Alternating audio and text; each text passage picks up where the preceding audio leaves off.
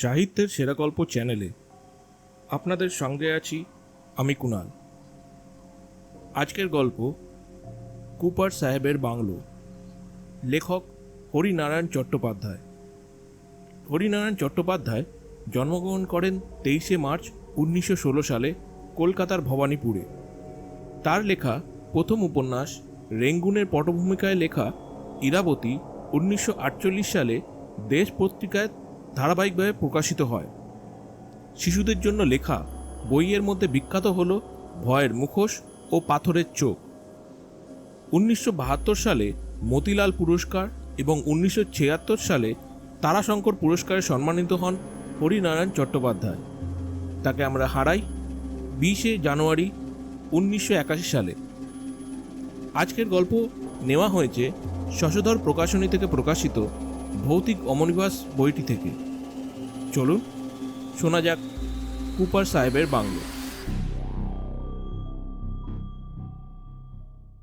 কাজ শেষ হতেই স্টেশনের দিকে রওনা হলাম। নামেই স্টেশন, টিনের ছোট একটা চালা, সেখানে টিকিট বিক্রির বন্দোবস্ত। 10.5 হাত প্ল্যাটফর্ম, দুটো টিমটিমে তেলের বাতি।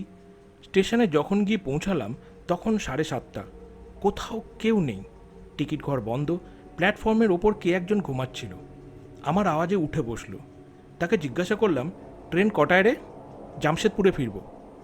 লোকটা আদিবাসী, দু হাতের চোখ মুছে বিস্মিত দৃষ্টি মেলে কিছুক্ষণ আমাকে দেখল, তারপরে বলল, 6:30 শেষ ট্রেন চলে গেছে বাবু, আবার ট্রেন কাল বেলা 10টায়। সর্বনাশ!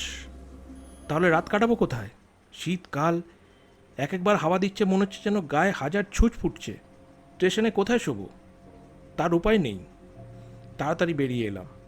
সাইকেল রিক্সার চিহ্নও নেই। লোকটা বোধহয় আমাকে নামিয়ে দিয়েই চলে গেছে। আবার প্ল্যাটফর্মে ফিরে এলাম, আদিবাসীর সামনে। হ্যাঁ রে, এখানে কোথাও হোটেল আছে? হোটেল? লোকটা এমনভাবে চেয়ে রইল, হোটেল শব্দটা যেন সে এই প্রথম জীবনে শুনেছে। বুঝিয়ে দেবার ভঙ্গিতে বললাম, সরাইখানা, যেখানে রাত কাটাতে পারি। না বাবু। কথা শেষ করেই লোকটা গায়ের কাপড় টেনে শুয়ে পড়ল। সঙ্গে সঙ্গে নাসিকার ধ্বনি। এরপর ধাক্কা দিলে উঠবে বলে তো মনে হলো না। সঙ্গে বিছানাপত্র, বাক্স প্যাটরা কিছুই ছিল না, থাকবার কথাও নয়। শহরে অফিস থেকে এখানে একটি জরুরি চিঠি বহন করে এনেছিলাম। বন বিভাগের ছোট্ট একটি অফিস আছে এখানে, সেখানে একটা টেন্ডার পৌঁছে দেওয়ার কথা ছিল। আসবার সময় বাসে এসেছিলাম, যাবার সময় শুনলাম বাস বন্ধ। পথের মাঝখানে একটা বাস বুঝি মানুষ চাপা দিয়েছে। ব্যাস, তাই নিয়ে হই হই কাণ্ড। ইট মেরে গোটা কয়েক বাস অচল করে দেবার পর বাস আর যাচ্ছে না। অপেক্ষা করে ক্লান্ত হয়ে একটা সাইকেল রিক্সা ধরে স্টেশনে এসেছিলাম। ট্রেনেরও এই ব্যাপার। এই ঠান্ডায় এইভাবে খোলা আকাশের নিচে দাঁড়িয়ে থাকলে তো জমে যাবার আশঙ্কা। যেভাবেই হোক আশ্রয় একটা খুঁজতেই হবে। আলোয়ানটা কোটের ওপর ভালো করে জড়িয়ে হাঁটতে আরম্ভ করলাম। দুপাশে ঘন জঙ্গল, বন্যজন্তু আছে কিনা ঈশ্বর জানে। উপস্থিত জোনাকির ঝাঁক দেখা যাচ্ছে। সমস্ত শরীর ঠকঠক করে কাঁপছে। বারবার হাঁটুতে ঠোকাঠুকি হয়ে যাচ্ছে। বুকের মধ্যে এমন শব্দ হচ্ছে যে কোনো মুহূর্তে হৃদস্পন্দন থেমে যেতে পারে। অনেকটা চলার পর জঙ্গলের এলাকা পার হলাম। লোকালয়ের চিহ্ন নেই। কুলিদের দু একটা ঝুপড়ি, সেখানে আশ্রয় চাওয়া অর্থহীন। অন্ধকার রাত, আকাশে চাঁদ নেই, একটা নক্ষত্রও নয়। ভাবলাম বন বিভাগের অফিসেই চলে যাই। প্রহরীকে ডেকে তুলে তার ডেরায় রাত কাটাবার ব্যবস্থা করি। আন্দাজে রাস্তা ধরে অনেকটা চললাম। তেপান্তরের মাঠ, মাঝে মাঝে আগাছার ঝোপ। আসবার সময় এ মাঠ দেখেছিলাম বলে তো মনে পড়ল না। তার মানে রাস্তা ভুল করেছি। শুধু কি কনকনে শীত? সকালে পেটে শুধু 4 রুটি পড়েছিল, ব্যাস। তারপর থেকে পেট খালি। ভেবেছিলাম বাস যখন মাঝে মাঝে থামে তখন রাস্তার পাশের দোকান থেকে কিছু কিনে নেব। হাত ঘড়ি দেখে বুঝলাম প্রায় 2.5 ঘন্টা ধরে ঘুরপাক খাচ্ছি। গাছ দেখে মনে হচ্ছে এক এক জায়গায় ঘুরছি। হাত ঘড়ি দেখে বুঝলাম প্রায় 2.5 ঘন্টা ধরে ঘুরপাক খাচ্ছি। গাছ দেখে মনে হচ্ছে একই জায়গায় ঘুরছি। এভাবে সারা রাত ঘুরলে তো মারা পড়ব। এবার রাস্তা ছাড়িয়ে মরিয়া হয়ে মাঠের মধ্য দিয়ে কোনাকুনি হাঁটতে শুরু করলাম। উঁচু নিচু জমি, বারবার ঠক্কর লাগলো। কাটা গাছে পায়ের ছাল রক্তাক্ত হলো। হঠাৎ সামনের দিকে চেয়ে চমকে উঠলাম। অন্ধকারেও দেখা যাচ্ছে সাদা একতলা বাড়ি, টালির ছাদ, ক্লান্ত দুটি পা টেনে নিয়ে কোনো রকমে বাড়ির দরজায় গিয়ে উপস্থিত হলাম। মনে মনে ঠিক করলাম যারই বাড়ি হোক হাতে পায়ে ধরে আশ্রয় ভিক্ষা করব। বিছানার দরকার নেই, মেঝের ওপরেই শুয়ে থাকব। তবুও মাথার ওপরে একটা আচ্ছাদন তো থাকবে। দরজার ঠেলবার আগে দরজা খুলে গেল। পাদরির পোশাক পরা দীর্ঘ চেহারা একটি লোক হাতে হ্যারিকেন নিয়ে এসে দাঁড়ালো। কে? আমি আশ্রয় প্রার্থী। শীতে ঘুরে ঘুরে ক্লান্ত হয়ে পড়েছি, দয়া করে যদি একটু আশ্রয় দেন আজ রাতটুকুর জন্য। আসুন আসুন। পাদ্রি একপাশে সরে দাঁড়ালো। আমি তার গা ঘেঁষে ছুটে ভেতরে গিয়ে দাঁড়ালাম। সামনেই আগুন জ্বলছে, ফায়ার প্লেসের অনেক কাঠ জড়ো করা। আমি আগুনের সামনে বসে হাত পা সেঁকতে লাগলাম। আহ, কি আরাম! ঈশ্বর করুণাময়, প্রাণটা তো বাঁচল। পাদ্রি দরজা বন্ধ করে পেছনে এসে দাঁড়ালো। এখানে কোথায় এসেছেন? বন বিভাগের অফিসে। বন বিভাগের অফিস? সে তো এখান থেকে মাইল দশেকের কম নয়। আমার দুর্ভোগের কাহিনী আর আপনাকে কি বললাম? পাদ্রি সমবেদনাসূচক শব্দ করে বলল, পুওর বয়, অনেকক্ষণ কষ্ট পেয়েছেন। বুঝতে পারছি আপনি খুবই ক্ষুধার্ত, কিন্তু আমার ভাঁড়ার একবারে খালি। আমি 8টায় খেয়ে নিয়েছি, বোধহয় একটা ডিম পড়ে আছে, সেটাই আপনাকে আমি দিতে পারি। ছোট্ট একটা ডিম অমলেট করে পাদরি নিজে আমার মুখের সামনে ধরল। খুব ক্ষুধার্ত কুকুরের সামনে দুটো রুটি ফেলে দিলে যেমন হয়, ঠিক সেমনিভাবে আমি অমলেটের ওপর ঝাঁপিয়ে পড়লাম। কয়েকটা মুহূর্ত, তারপরেই প্লেট পরিষ্কার। ধবধবে কোমল বিছানা, গরম কম্বল। পাদ্রি দরজা পর্যন্ত এগিয়ে দিয়ে গেল। আর দেরি করবেন না, আপনি ভীষণ পরিশ্রান্ত, শুয়ে পড়ুন।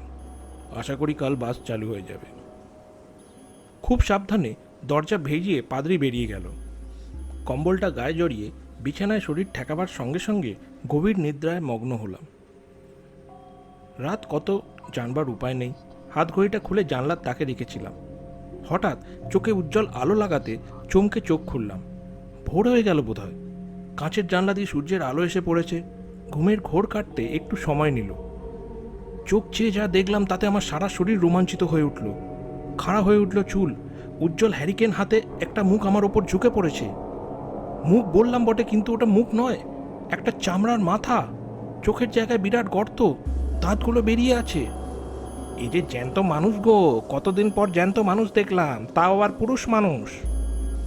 পুরুষ মানুষ কথাটার উচ্চারণের সঙ্গে সঙ্গে মনে হলো চোখের গর্ত থেকে তীব্র লাল আলো বিচ্ছুরিত হলো। খটখট করে উঠল দাঁতের সার। এই পুরুষ মানুষগুলোকে দুনিয়া থেকে মুছে ফেলতে পারতাম। কথাগুলো সব আমার কানে এলো, কিন্তু সমস্ত ইন্দ্রিয় দিয়ে এত ক্লান্ত যে সব কিছু শোনার পর বা বোঝার সাধ্য আমার ছিল না। কি হয়েছে রে, কি হয়েছে? একটা কর্কশ শব্দ কানে এলো। চোখ ফিরিয়ে দেখলাম আলোর আওতায় আরেকটা মুখ ভেসে উঠল। এও মুখ নয়, করটি। শূন্যে শুধু মুখটা ভাসতে ভাসতে এলো। এই দেখ, জলজান্ত পুরুষ এসছে, গায়ে মাংস রয়েছে, আরাম করে আমাদের জমিতে শুতে এসেছে। বলিস কি জোয়ান? স্পর্ধা তো কম নয়। তোর তো মনে আছে আমার কথা? ও মা, মনে আবার নেই? এই তো সেদিনের কথা, আমাদের চোখের সামনেই তো সব কিছু ঘটল। আমি তো কোনোদিনই ভুলবো না। সে ঘটনা বলা যায় নাকি ডরথেই? এইটুকু বুঝতে পারলাম দুজনেই মেয়ে। একজনের নাম জোয়ান, আর একজনের নাম ডরথি। উজ্জ্বল হ্যারিকেনটা দুলে দুলে উঠল, আর সঙ্গে সঙ্গে কর্কশ একটি শব্দ, ঘর ঘর। বাড়ির সাদা দেওয়ালগুলো হঠাৎ করে সরে গেল। হালকা সবুজ রং করা 4টে দেওয়াল এসে আমাকে ঘিরে ফেলল। আগের দেওয়াল সাদা, একেবারে শূন্য, কিন্তু এ দেয়ালে নকশা কাটা, কাগজ আঁটা, গোটা দুয়েক ছবি টাঙানো রয়েছে, একটা ক্যালেন্ডার। আমি অবশ হয়ে পড়ে আছি। দু একবার ওঠবার চেষ্টা করলাম, কিন্তু পারলাম না। নিজের গায়ে চিমটি কাটলাম, বেশ লাগলো। তার মানে সজ্ঞানে রয়েছি। তাহলে চোখের সামনে এসব কি ঘটছে? অমলেটের সঙ্গে অল্প একটু জল খেয়েছিলাম, পাদ্রি দিয়েছিল। সেই জলের মধ্যে কি মাদকদ্রব্য কিছু মেশানো ছিল, যার ফলে চোখের সামনে অলৌকিক এইসব দৃশ্য দেখে চলেছি? একটু দূরে কোলাহল শোনা গেল, পুরুষ পুরুষ কণ্ঠ।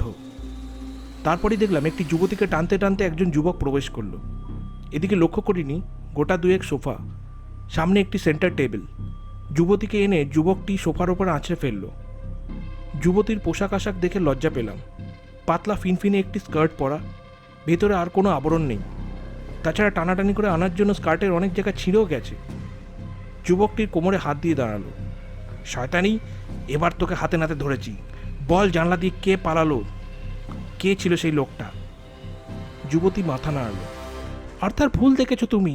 নিশ্চয়ই ক্লাব থেকে নেশা করে এসেছো। আমি তোমার দেরি দেখে বিছানায় শুয়ে পড়েছিলাম। জানি তোমার কাছে ডুপ্লিকেট চাবি আছে, ঢুকতে কোনো অসুবিধা হবে না। যিশুর দিব্যি, তোমাকে আমি সত্যি কথা বলছি। যুবক সজোরে যুবতীকে একটা লাথি মারল। যুবতী সামলাতে না পেরে কোচ থেকে মেঝের ওপর গড়িয়ে পড়ল। বিচ, তোর এই পাপি মুখে যিশুর পবিত্র নাম উচ্চারণ করিস না। যে লোকটা পালালো সে কপার কারখানার ম্যানেজার হালদার, তা আমি জানি। তোদের আশনাই অনেক দিন ধরে চলছে, সে খবরও আমি রাখি। আমি শুধু ধরবার অপেক্ষায় ছিলাম।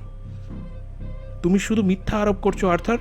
ডরথিকে জিজ্ঞাসা করো, সে তোমাকে সব বলবে। ডরথি? আর্থার মাটিতে থুতু ফেলল। সে তো আর একজন সুকারী। তার কাজ কলোনির মেয়েদের পুরুষ জোগানো। স্বামীর অনুপস্থিতিতে তা আমার জানার বাকি নেই। তোকেও আমি ছাড়বো না।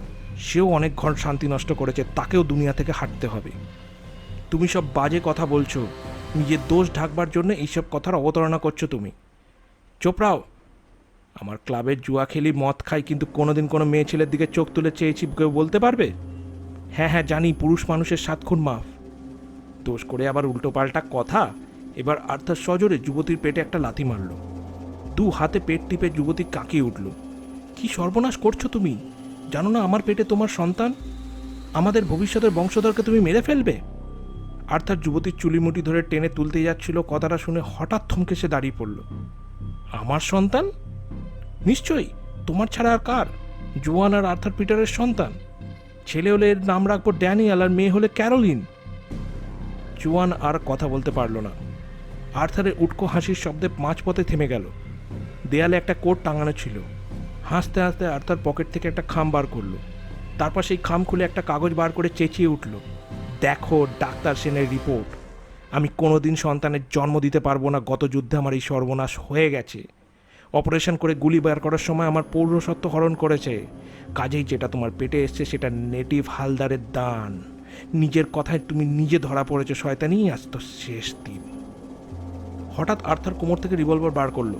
রিভলভার দেখে জোয়ান মরিয়া হয়ে আর্থারের ওপরে ঝাঁপিয়ে পড়লো। দুজনে ধস্তাধস্তি শুরু হলো।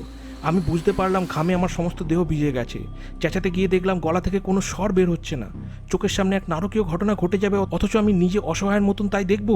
ভাবতেও খারাপ লাগলো, কিন্তু নিরুপায়। উঠে বসবার শক্তিও সংগ্রহ করতে পারলাম না। কি হচ্ছে কি আর্থার? বাড়িটা নরককুণ্ড করে তুলেছে যে। জানলার কাছে এক তরুণী এসে দাঁড়ালো। জোয়ান মেয়েটিকে দেখে চিৎকার করে উঠল, ডরথি, আমাকে বাঁচাও, পশুটা আমাকে শেষ করে দিতে চাইছে।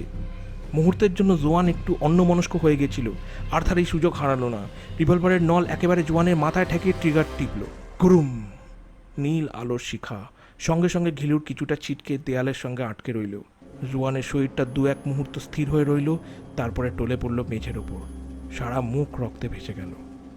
খুন, খুন! আর্থার খুন করেছে! ডরথি চিৎকার করে উঠল। তোকেও শেষ করব, সাক্ষী রাখতে নেই। আর্থার রিভলভার হাতে জানলা দিয়ে লাফিয়ে পড়ল বাইরে। একটু পরে গুরুম করে একটা শব্দ, নারী কণ্ঠের চিৎকার, তারপরেই অখণ্ড নিস্তব্ধতা। বোঝা গেল আর্থারের দ্বিতীয় গুলিতে ডরথি খতম। আবারও উঠবার চেষ্টা করলাম, কিন্তু পারলাম না। ঘর ঘর করে আবার শব্দ হলো। বিকট এক কাঠের চাকা যেন ঘুরছে। দেয়ালগুলো সরে গেল। বুঝতে পারলাম আবার পুরনো দেয়াল ফিরে আসবে, পুরনো পরিবেশও ফিরে আসবে। কিন্তু না, আর কোনো দেয়াল ফিরে এলো না।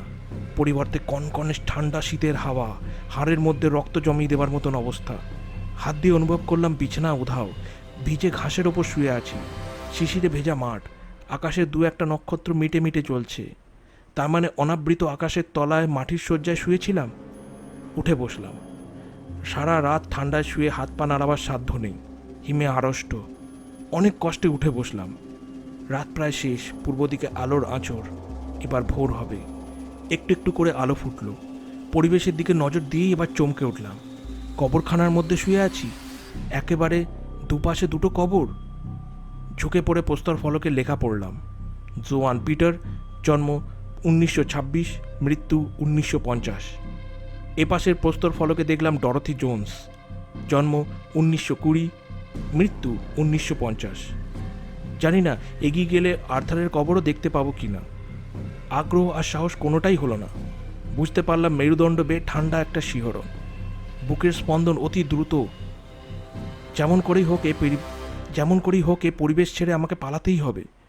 সম্ভবত কাল আশ্রয়ের আশায় মাঠে মাঠে ঘুরে ঘুরে ক্লান্ত হয়ে কবরখানার মধ্যেই শুয়ে পড়েছিলাম। তারপর উত্তেজিত মনে বিচিত্র স্বপ্ন দেখেছি। উঠে পড়লাম, রাস্তার দিকে এগোতেই মুখোমুখি দেখা হয়ে গেল। এক শাল গাছের নিচে পাদরি দাঁড়িয়ে আমাকে দেখে বলল, আশা করি ভালোই ঘুমিয়েছেন। এই রাস্তা ধরে সোজা চলে যান, বাস স্টপ পাবেন। প্রথম বাস এখান থেকে 6:10 ছাড়ে। মাথাটা ঘুরে উঠল। পেছন দিকে ফিরে দেখলাম ঘন কুয়াশায় কবরখানা ঢাকা পড়ে গেছে, কিছু দেখা যাচ্ছে না। পাদ্রিকে বললাম, কাল আমি তো আপনার বাড়িতেই আশ্রয় নিয়েছিলাম। পাদ্রি বলল, হ্যাঁ, এখানে আমার বাড়িকে সবাই বলে কুপার সাহেবের বাংলো। কিন্তু আমি তো কিছু বুঝতে পারছি না। রাত্রের অদ্ভুত সব স্বপ্ন দেখেছি, জোয়ান, ডরথি, আর্থারের নৃশংস হত্যাকাণ্ড। জেগে উঠে দেখি কবরখানায় শুয়ে আছি। কী সব বলছেন? ওই তো আমার বাংলো। পেছনে ফিরে দেখলাম, কিছুই দেখতে পেলাম না। সামনের দিকে চেয়ে দেখলাম গাছের তলায় পাদ্রি নেই, একেবারে ফাঁকা। আবার পেছনে তাকালাম, দেখলাম কুয়াশা সরে গেছে, কবরখানা পরিষ্কার দেখা যাচ্ছে। প্রস্তর ফলকগুলো শানিত বর্ষার মতন রোদে চকচক করছে। শুনছিলেন হরিনারায়ণ চট্টোপাধ্যায় রচিত কুপার সাহেবের বাংলো। আগামী বুধবার আরও একটি নতুন গল্প নিয়ে হাজির হব সাহিত্যের সেরা গল্প চ্যানেলে। আপনাদের সঙ্গে আমি কুণাল। আবারও দেখা হবে, সঙ্গে থাকুন।